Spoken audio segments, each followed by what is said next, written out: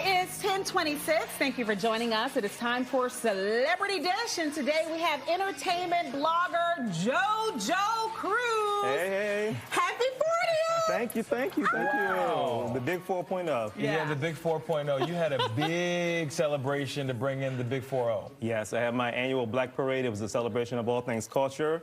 We had the amazing Candace Bethesda make her first appearance and performance since having her baby. We had DJ Joey working all night. We had Cody and the Forever Fan Band. And the legendary CeCe Peniston came out as the closer. I hollered when I saw that on social. CeCe Peniston! Yeah, she did amazing. It was so good. We had a really nice turnout. Oh How many people did you have there? It looked huge. Well, it started with 75, but by the end of the night, we were at about 90, so it was a big turnout. People are calling like, you know, this person was here, this person, and we're celebrating his birthday. Right. It's a place to be. What's your wish for yourself in your new year? I don't even have a wish. I'm just so grateful. It's been a year of abundance. Like, the year leading up to 40 was so amazing. Reconnecting with my family, coming to Fox 5, doing my thing. Like, business is going well, so I'm just blessed. Yeah, you've had a great year. We're just so happy for you, man. Happy 40th birthday. We're wishing you an incredible another year. Yes. Thank you. Just excited for you, Thank man. you. Season of gratitude. I'm all here for it. All right, because I think so often when we reach milestone birthdays, I feel like a lot of people just feel daunted by We do, that. because we haven't hit our goals by then. Yeah, but you should celebrate. Yeah, celebrate the wins in between. All right, and we celebrate all wins. You don't, you don't look 40. Right, you, man. I drink my look water. 30. I don't even know what 40 looks like anymore. I drink my water and I mind my business, man. That's what I do. It's the key to success. Thank you. All right, well, let's get the celebrity dish going. Shannon Sharpe is firing back at people for criticizing his love for his dogs. Now, he had his pups at the dinner table for Thanksgiving. A few people called him out on the X platform, and then he doubled down. Gossip site The Jasmine Brand showed the comments and some of Shannon's responses. He said not only do the dogs eat at the dinner table, but they also sleep in his bed. Take that, making it clear he doesn't care what anyone thinks. Well, what do you think, JoJo? I know he doesn't care about it, but I still want to know what you have to say. Well, you know, I came here months ago and promoted that I have a business, the DMV Dog Whisperer. So we do doggy daycare and boarding. So I'm a dog guy. However, the dogs are not going to be at the table. The dogs are not in the bed. That's just a little bit much. I know people love their pets, they like their kids, but not at the dinner table. Absolutely Like, not. why is this dog hair in a potato salad? You know? Exactly. You got to be more careful. I think I know where you.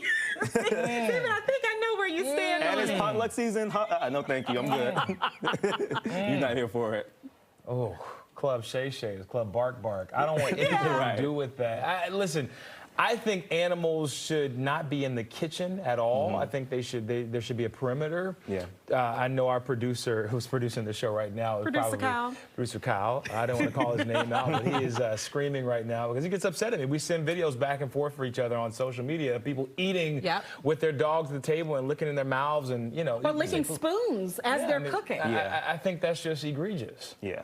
Oh, he said so. Yeah, I know. He wants to smoke. That's okay. Glad we're on TV. When you and Shannon can have a nice potluck together and y'all can exchange all sorts of dander and you know, growing up in a black household, back in the day, it's like the dogs are always outside. Always They're outside. That's where They're they not stay. even in the house. Thank you. That I is don't so feel true. that way In a now. kennel, but in the outside. kitchen, absolutely not. No. Yeah. Let us know what you think, though. Hashtag Yeah. GetDayDC. It's always a good talker. All right, but next up, LL Cool J. Is he the most influential rapper of all time? LL made his case during a recent Apple Music interview. Check out what he had to say and see if you agree on the other side.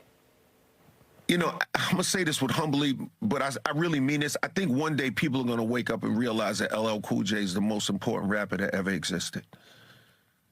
I truly believe one day people are going to say that.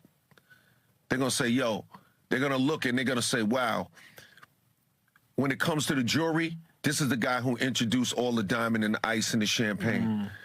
They're going to say when it comes to the love songs, this is the guy who introduces the love song. When it comes to the bad boy vibe, they're going to realize, oh, this is the guy who introduced all the rebellious bad boy vibes before it was done. When it comes to the GOAT terminology, they're going to say, yo, this is the guy who came up with the GOAT stuff. They're going to say when it comes to Def Jam, wow, this is the first artist that was on Def Jam. They're going to say, well, you know what I'm saying? Yeah. When it comes to the solo artist, they're going to say, wow, this is the first solo artist to take it all the way around the world. Okay, let him cook. Right. He knew exactly what podcast to go on because nobody checked him. There were Nobody no checked fact checking in any of this. Listen, I think LL Cool J is incredible, but I have to push back on a lot of those points that he made. And my question to him is if people will remember you for that, why aren't they already saying that now? Yeah. If you're Right? really all of that, you don't have to say anything. Why are people not saying that Yeah. now? You shouldn't have to make that claim, but apparently he feels like he's been slighted in a few different I conversations. kind of disagree. I feel like when people think of their top 5 rappers, you never hear his name in the conversation, ever really. But as far as influence and, the history, he is one of the greatest rappers. Maybe not lyrically, but influence. Like, if you think about it, he, Queen Latifah, Will Smith, they don't get that credit, but they were on film, TV, fashion. They were really breaking ground in the 80s and 90s, so. I think he's great. I just wouldn't say most influential. One thing I will give him, the love angle, because I do believe, I'll say this as a woman who likes LL Cool J, I think he was the first sex symbol, like true sex symbol in hip hop. And laid the ground for that. I mean, I need love. Nobody was rapping like that on the slow track. He was doing the hip hop love songs like before Ja Rule. Before Ja Rule, before Drake even, Yeah. So I will give him that. He was the first emo rapper, really. I mean, truly, it's true, it's true. He emoted a lot in his songs, and I think people appreciate that for what he does, and he is LL Cool J. Right. Ladies love, yeah. Ladies love Cool J. But I just don't know if he's the most influential. Who would you right? put there if you had Curtis to Blow. say Curtis Blow? Yeah, That's a good one. That's a good one, yeah. I would start That's at a the good one. origins and then work my way through, and then maybe put him somewhere in the conversations. So of if you think those who about fashion, changed you don't think so, maybe? Fashion? Yeah. No, I think Dapper Dan would go in that particular place, who was really responsible for a lot of the cultural making of a lot of these artists. So I can't put LL there. And we love you, LL. We love you. We but do. we And I know just he's been got on the to- show several times before, right? Yeah, Okay. I just wouldn't say most, but he's up there. All right. Well, Nick Cannon is opening up about his mental health. The 44-year-old recently revealed he was diagnosed with narcissistic personality disorder. Narcissistic personality disorder, in case you're wondering, is clinically defined as a condition in which people have an unreasonably high sense of their own importance. He needed to be diagnosed to know this, I guess. Cannon described his mental health diagnosis as a spectrum, though, in all seriousness, which starts out with confidence, overconfidence, and then arrogance. The star has said that he is accepting of that label and using it to try to improve himself. And maybe we can all learn from that. So should LL go to his doctor and get diagnosed, is what you're saying? Just talk to a good close friend just should be able to tell you. Just a little bit? Okay. Well, I think now this gives us a little bit more insight into his relationship with Mariah, right? Because he finally said that, man, I felt like I wasn't able to walk into my fullness with Mariah because I felt like she was a bigger star. But who told you weren't a big star, right? In his mind, he felt that he just wasn't enough for her. Right. And I think that has a lot to do with the narcissistic personality disorder.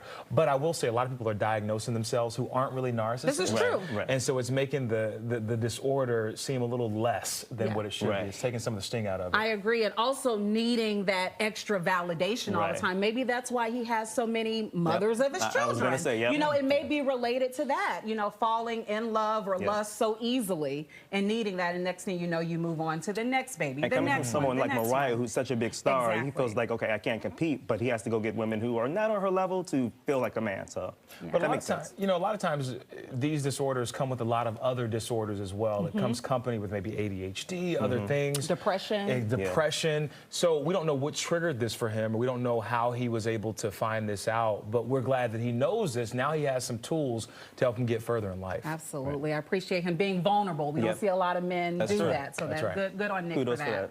Meghan Trainor is getting candid when it comes to getting work done. The singer revealing she cannot smile anymore after overdoing it on Botox. During a recent episode of her Working On It podcast, the entertainer says she was convinced that getting her lips done to make her upper lip appear fuller would be a good thing. The procedure ended up leaving her unable to smile properly without causing pain. Despite this, the 30-year-old says she is not opposed to getting more work done in the future. She also says that she plans to get a breast augmentation procedure after giving birth to her second kid last year. It doesn't look bad. I think hers looks pretty tasteful. I can't really tell it's a lot of Botox. Now, did she make this video I was prior about to to say, this? that's a big smile. Right, she's smiling. Her cheeks were on fire after the Right. video. But that's the thing about Botox, right? You're constantly doing it. I mean, it wears off, after a couple of weeks, maybe a month or Yeah, so. at So you least gotta- once a month So you you have got to to keep go doing it. If back. you're on tour, you're Yeah. probably doing it, injecting it a lot. You're doing a lot of TV. Maybe you're doing a movie. You're constantly injecting yourself. it can cause, and we've had Botox folks say it can cause damage to the tissue there. So and it's different than filler. It depends on the doctor that she's going to, because a lot of times they just will pump you up. You have to have a doctor who's knowledgeable and knows, okay, that's too much, we're going to leave it here. So that may be it too. Would you ever get it? If I needed it, but you know. Like I said, I'm drinking my water and I was minding my about to say, you business, just so- turned 25, you know, a week ago, so you're good.